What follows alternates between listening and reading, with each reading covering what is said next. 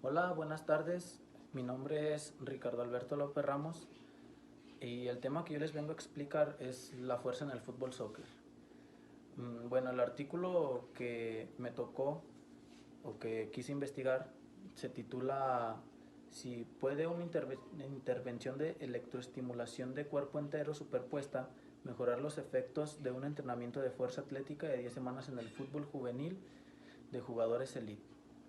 Bueno, este artículo nos habla sobre cómo una carga de electroestimulación puede mejorar a un jugador de fútbol elite juvenil o ayudarlo en su mejoría de fuerza más que su entrenamiento normal.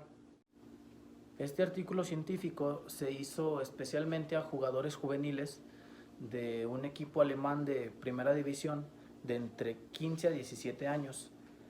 Todo esto con la autorización de sus padres y con la autorización de ellos mismos. La electroestimulación de cuerpo entero puede representar un complemento muy bueno adicional a un entrenamiento de fuerza común. Eh, el objetivo fue averiguar si una electroestimulación puede tener un impacto positivo en la fuerza de los jugadores elite de esta división. Como sabemos, en el fútbol de elite es un deporte que exige varias capacidades físicas en el cuerpo. Para un jugador elite se requiere trabajar fuerza, velocidad, potencia, eh, y para esto en la fuerza se divide en varias ramas, como pueden ser fuerza explosiva, fuerza de potencia, fuerza a la resistencia, fuerza general. Y la resistencia a la fuerza la vamos a enfocar en los juveniles, más que nada en el core o en el abdomen, porque en esta edad suelen tener muchos problemas de mala postura por, por falta de fuerza en el core.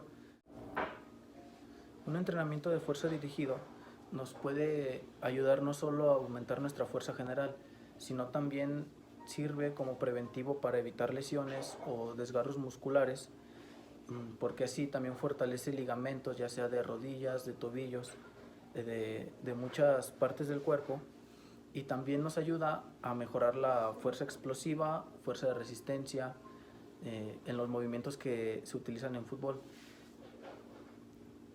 como lo son cambios de ritmo, saltos, potencia al arrancar, sprints, fuerza de pegada. El entrenamiento es necesario en el cuerpo de cada jugador para aumentar los estímulos que se utilizan en este deporte. Es preciso también elevar la fuerza de la musculatura para así tener un jugador más completo.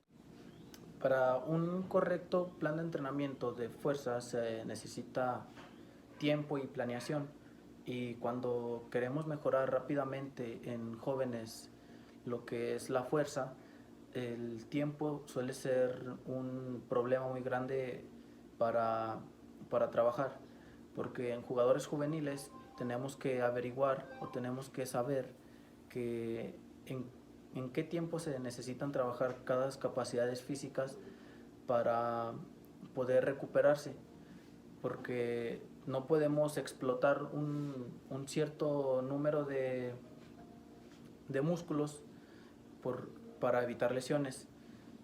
Por lo tanto, la electroestimulación podría ser un adicional interesante para un plan de entrenamiento convencional para fuerza.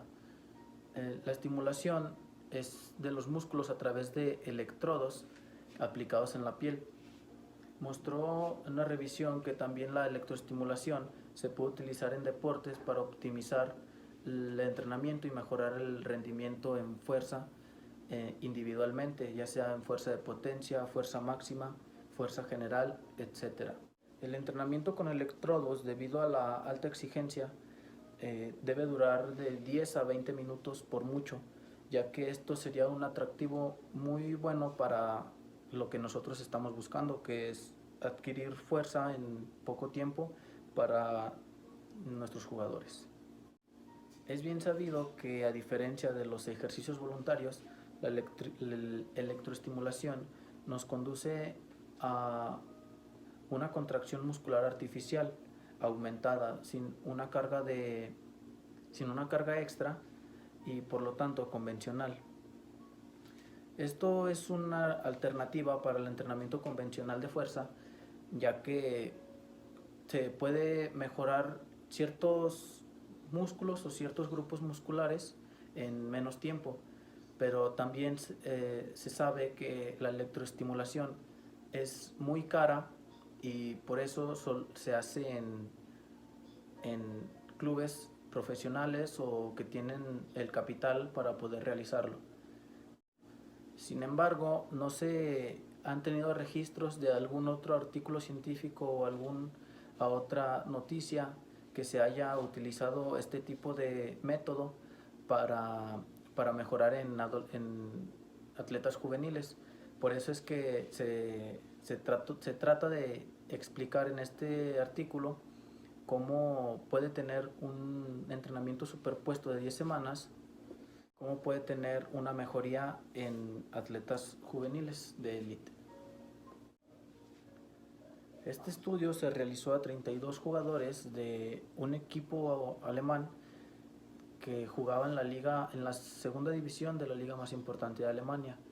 Todos los jugadores fueron dirigidos y entrenados por el mismo entrenador. El entrenamiento que realizaban ellos constaba de 4 sesiones a la semana, que cada sesión incluía un entrenamiento atlético de 45 minutos que constaba de 20 minutos de un entrenamiento de fuerza y terminaba con un pequeño partido. Los exámenes iniciales y la familiarización del programa se realizaron durante pretemporada antes de iniciar una jornada regular en fútbol, y todos los participantes resultaron ilesos y sin ningún problema de salud. Todos los jugadores fueron sometidos a una revisión de exámenes internos ortopédicos como parte de los chequeos de rutina prescritos por la Federación Alemana de Fútbol. Se hizo una división en el grupo de 2 grupos, valga la redundancia, y para esta no se pudo hacer tan equilibrada por cuestiones de transporte o cuestiones de que muchos jugadores tenían que transportarse en camión o vivían lejos, pero al realizar la separación se dio un poco equilibrada en tanto a posiciones y en tanto a cuánto rendimiento tendrían en la cancha. Sin embargo, se tuvieron 2 bajas de 2 jugadores que sufrieron lesiones sin contacto, o sea que tuvieron lesiones de fibras musculares, y por lo tanto la prueba solo se le realizó a 30 jugadores del club. Para realizar las pruebas de fuerza se evaluaron 3 grupos musculares, que fue el tronco, las rodillas y la cadera. Antes de cada prueba se realizaba un calentamiento que consistía en sprints, en saltos, en estiramientos dinámicos y en preparación de movimientos. Después se colocaba un chaleco con almohadillas para medir la electroestimulación de los movimientos. Se pedía que realizaran abdominales en una pelota ortopédica, que son las pelotas grandes, y con esto medían la fuerza en un determinado tiempo, la fuerza abdominal. Las pruebas se realizaron siempre en el mismo orden, que fue tronco, rodillas y al último cadera. Se realizaba 3 veces cada prueba por día de sesión que tocaba, y el valor más alto era el que se tomaba en cuenta para realizar las mediciones pertinentes a esto. En la división, 14 de nuestros jugadores fueron asignados al grupo de control, que era el grupo que realizaba ejercicios clásicos de fuerza para mejorar su rendimiento, y 18 jugadores fueron los que se utilizaron para realizar los ejercicios de electroestimulación. Para nuestro grupo de control, el entrenamiento atlético semanal consistía en realizar 10 ejercicios dinámicos y 10 ejercicios estáticos para mejorar la fuerza.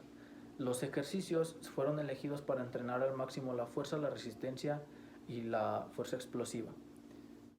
Y para nuestro grupo de estimulación fue exactamente la misma prueba, solo que consistía en tener regulada la estimulación de los músculos. En los ejercicios dinámicos se regulaba estrictamente la estimulación y cada serie de ejercicios se realizó 1 minuto de trabajo por 1 minuto de descanso, ya que se ha demostrado que este tiempo es el adecuado para mejorar mucho el rendimiento físico con este método. Para el control del entrenamiento, los participantes vestían ropa cómoda y que fuera eléctricamente conductora. Se utilizaba el chaleco funcional o con el que se usaban los estímulos de electrodos, y cada parche o cada electrodo eran colocados en diferentes partes de nuestro cuerpo, como en bíceps, tríceps, en pelvis, en rodillas, isquiotibiales, y esto para tener un buen control de los estímulos y que fuera muy regulado y muy preciso cada uno de los estímulos. También durante el entrenamiento se consultaron las intensidades de cada ejercicio con los atletas y se les dijo que para que sintieran una estimulación no tenía que llegar a ser doloroso forzosamente. En la capacitación se les dio una escala del 0 al 10, que el 0 era sin dolor y el 10 era muy doloroso. Los participantes lo hicieron en un rango de 6 a 7, que era promedio de fuerte o moderado.